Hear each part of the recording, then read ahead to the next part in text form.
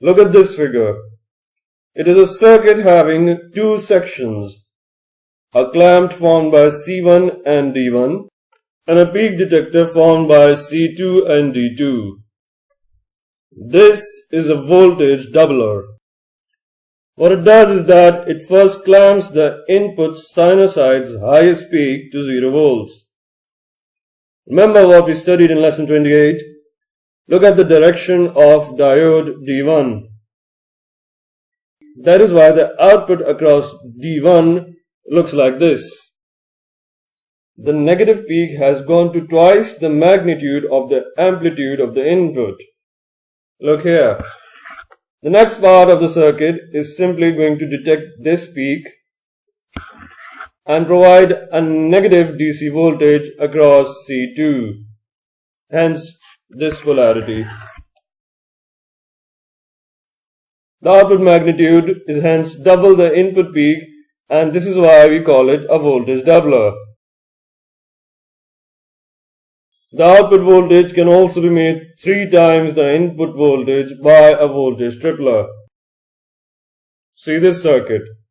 The first stage is this one. This charge is C3 to 1 Vp, where Vp is the amplitude of the input signal.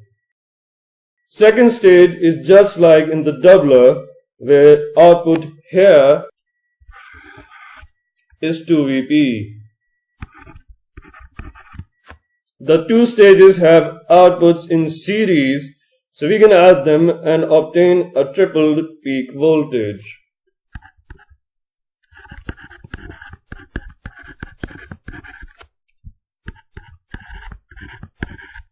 A voltage quadrupler also exists. Take a look at this figure on the bottom of your screen. It has two doubler stages. This one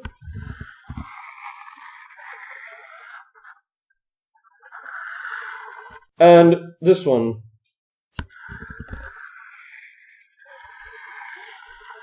The output is taken in series and added together. Many other configurations also exist. Notice that in all these circuits, the doubler, tripler and quadrupler, the output is reduced by the voltage drop across the diodes. These circuits are similar to rectifiers in that they both convert AC to DC.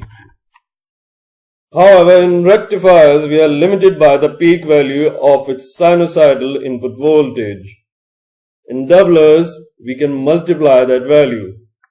The multipliers serve as an alternative to step-up transformers in many electrical applications. This is particularly the case when a suitable step-up transformer or a specially insulated transformer required for high voltage applications is not available. That is why these circuits are so useful.